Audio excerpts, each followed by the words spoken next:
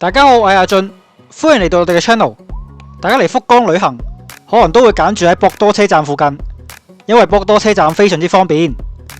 博多站係福岡，甚至乎係整個九州最繁忙嘅車站，沒有之一。無論你係要搭新幹線、JR、地下鐵定係高速巴士，幾乎所有前往九州各地嘅交通工具都可以喺博多車站揾到。就算你唔係住喺博多站附近，但係你要搭車前往九州唔同嘅地方，都可能都會經過博多車站。作為九州最重要嘅交通樞紐，唔單止交通方便，亦都係 shopping 嘅好地方。無論你係想買衫、買日用品、買動漫定係買手信，博多車站周邊都聚集咗多座大型商場。而今集我將會帶大家快閃博多車站周邊幾個商場，希望幫到第一次嚟福岡旅行嘅你。開始前請大家訂閱我哋嘅 channel。Like 同 share 呢段片俾準備嚟福岡旅行嘅朋友，有任何意見都歡迎留言俾我哋。如果你係第一次行博多站，可能都會覺得好大，好易迷失方向。喺呢度我就教大家一個方法，令大家比較容易揾到你想去嘅商場。博多車站主要得兩個大嘅出入口，分別係博多口同埋竹子口。博多口呢，就即係有大鐘嗰邊，聖誕節期間呢，仲會見到一棵好大嘅聖誕樹。喺博多口呢邊呢，基本上可以見到博多站主要幾個商場，由北至南分別係博多巴士總站、AMU Plaza、阪急百貨以及係 KITTE 0101。至於竹子口就係鄰近新幹線嘅出入口，大家只要搞清楚博多口同埋竹子口，就會比較容易揾到你想去嘅地方。第一站先帶大家嚟到博多車站上蓋嘅 AMU Plaza 以及阪急百貨。不過喺行街前呢，就先帶大家去博多車站一個隱藏嘅神社。只要喺阪急百貨搭電梯上到嚟頂樓，就會嚟到呢個屋上庭園。好多旅客都唔知道博多站上面有個咁大嘅廣場，而喺廣場嘅一邊仲有鳥居。穿過3個鳥居就嚟到呢個鐵道神社。神社係專門祈求交通安全、旅途順利。大家嚟到都可以參拜一下，祈求旅行一切順利。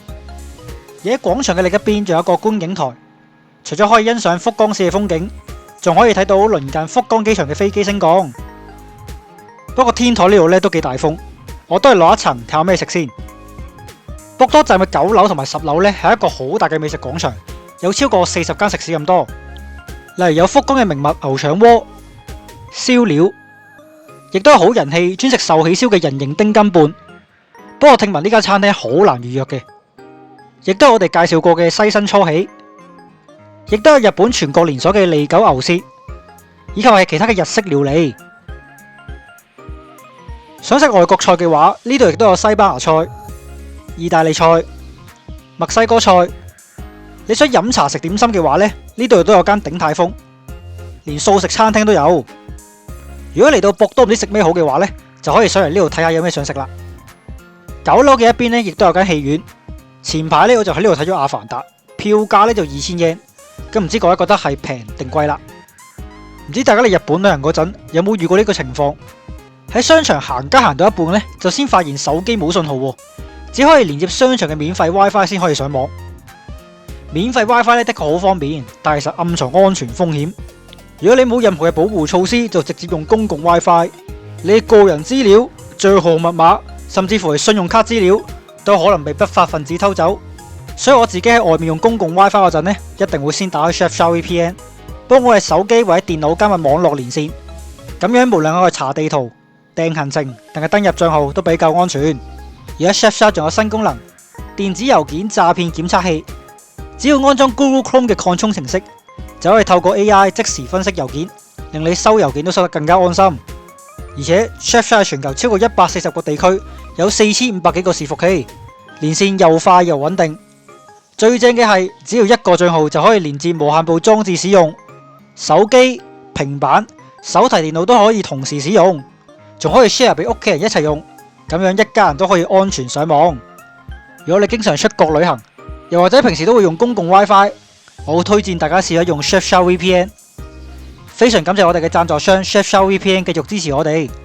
而家只要點擊資訊欄裏面嘅連結 surfshark.com/kjun， 或者結賬嘅時候用我哋優惠碼 kjun， 就可以獲得額外4個月使用。有興趣嘅朋友真係要試下啦。好啦，我哋繼續行街先。落到嚟8樓就見到25年11月新開幕，全日本第4間嘅任天堂專門店，喺任天堂專門店呢度，除咗見到好多 Super Mario 嘅精品之外，亦都有福岡限定嘅商品，就好似呢一件福岡任天堂嘅紅色 T 恤，而中間仲有一個試玩專區。有小朋友嘅話呢，就最好唔好入嚟啦，因為呢，我驚你啲小朋友呢玩到唔捨得走啊！喺任天堂嘅旁邊呢，亦都有間書局，以及係一間電車模型專門店。下邊1樓至7樓呢，主要都係服裝同埋雜貨，好似有 Beams、Columbia、ABC Mart 等等，亦都有日本嘅手工眼鏡品牌金子眼鏡。6樓呢度亦都可以揾到無印良品。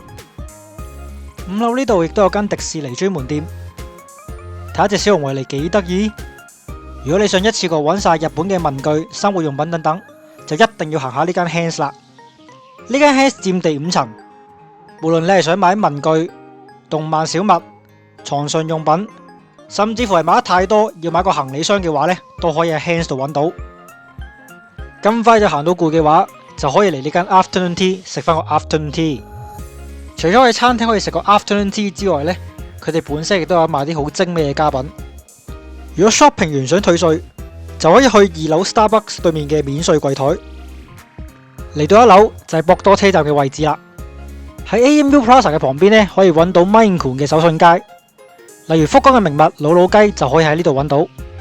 之前我哋都有2段影片介紹過呢一條手信街，有興趣嘅話呢，可以睇翻呢2條片。喺手信街嘅另一邊呢，有條電梯直上2樓嘅博多拉麵街，呢度聚合咗10幾間嘅拉麵店。如果想試下博多豚骨拉麵嗰陣豬臭味呢，就可以嚟呢度試下啦。不過留意翻食飯時間都幾多人，好似我最中意食嘅堅虎煎麵，食飯時間呢都可能要排1個鐘。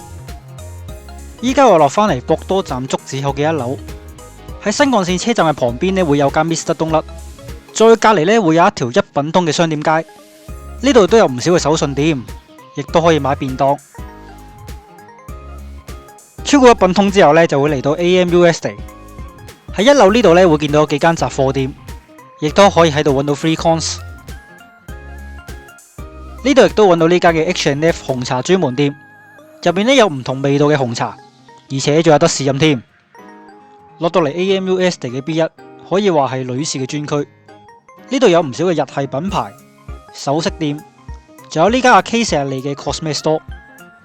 喺 AMU Estate 隔籬呢，就係阪急百貨。首先我哋去 B1 睇下先。嚟到 B1 呢，就見到一個幾大嘅超級市場。呢度有一個阪急食堂，而 B1 呢層呢，本身係一個好大嘅手信專區，大家可以慢慢揀啱心水嘅手信。而講到最受歡迎嘅，一定係呢間 Amberberry 同埋後邊嘅 Sabrina。只係下晝2點幾啫，所有產品已經全部賣晒，真係非常之誇張。喺阪急門口呢，會揾到呢間長期排隊嘅豐樂饅頭，亦都有呢間新開嘅東甩專門店。再行前多少少呢，就會嚟到博多一番街。咁呢度呢，都有幾間食肆嘅，例如我成日食牛舌早餐嘅 Tanya， 以及係佢隔籬一早都要排隊嘅喜水丸。返到嚟阪急百貨，阪急呢度呢，就樓高8層。1樓至4樓呢，好多都係國際嘅品牌，例如 Hermes、LV、Rolex、Tiffany 等等。5樓呢，就主要係女裝，而6樓呢，就可以揾到男裝以及係一啲運動嘅品牌。7樓呢，就主要都係童裝同埋玩具，亦都可以揾到呢間 Samuel 嘅專門店。咦？呢個咪香港人先會中嘅玉桂九焗爐，我都係留翻俾啲嚟旅行嘅香港人抽啦。8樓呢，就有一個 pop up store 嘅專區，拍片嗰陣呢，咁啱就有個 Snoopy 嘅 pop up store。跟住我就嚟到阪急旁邊嘅 Kite Marui 丸井百貨，好多人呢都慣咗佢叫 Kite 0101。咁 B1 呢度呢，就有一個美食廣場，亦都有幾間食肆居酒屋，又見到呢間喜水丸啊。咁1樓呢，就係一個超級市場，而2樓呢，就係唔可以錯過嘅 Pokemon Center。呢度除咗可以買到好多 Pokemon 公仔精品之外，亦都可以揾到博多限定嘅比卡超公仔，就例如有拎住碗拉麵嘅比卡超，好有福岡嘅特色。3樓就有九州第一間 Kira Kira Donki， 主打呢係年青一族嘅化妝品護膚品，後生嘅你就唔好錯過啦。6樓咧就會揾到專門買賣二手動漫精品嘅進可，喺入面咧大家可以揾到好多 Pokemon、此卡華等等嘅公仔，有唔少旅客咧都中意喺呢度尋寶，大家咧都可以嚟行下，話唔定有意外驚喜添。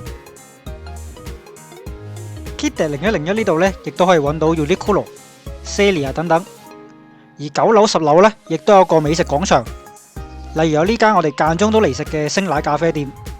而好多食肆咧都開到夜晚11點，大家咧就唔使擔心太夜揾唔到嘢食啦。最後一站我哋就嚟到對面嘅博多巴士總站，呢度除咗可以搭巴士去福岡或者九州唔同嘅地方，其實上面咧都係一個商場。首先我哋就上到嚟4樓嘅 Shimamura。Shimamura 係日本嘅平價連鎖服裝品牌，價錢咧比 Uniqlo、GU 更加平。有時咧我都會喺呢度買衫嘅。之前咧，我哋都有一段影片介紹過呢間 Shimamura， 有興趣嘅話咧，可以睇翻呢段影片。咁我今次嚟嘅時候咧，咁啱就係新年買緊福袋，唔少嘅福袋咧都係大概3000至5000英不等，就有一套嘅系列，真係非常之平。講到平，又點少得香港人好中意行嘅 Daiso 呢？呢間 Daiso 咧真係好大，大到咧好易蕩失路嘅。我哋咧好多時都係呢間 Daiso 買日用品，而且呢度咧仲有 Daiso 嘅副線 Flippy 同埋 Standard Product。Flippy 咧就主打日系粉色嘅雜貨，好多貨品咧都係300yen。阿 K 咧就最中意行呢間 Flippy 噶啦。而 Standard Product 咧就主打簡約嘅設計，好受年輕人嘅歡迎。有機會咧，我哋都會再詳細分享下呢間 Daiso。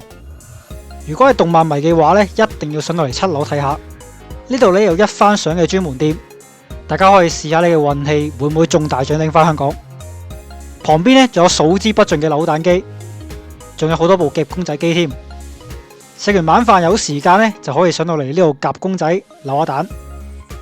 今日就帶大家行咗博多車站附近幾個商場，我就咁拍片行咗咁多地方，都用咗大半日。如果加埋購物嘅話，應該至少需要1日時間。希望呢段片幫到準備嚟福岡旅行，又或者準備嚟博多購物嘅朋友。臨走前請記得訂閱我哋嘅 channel。我哋放咗工就要拍片剪片，其實都幾攰。你嘅每一個訂閱、讚好都係對我哋最好嘅支持。我哋下次再見啦，拜拜。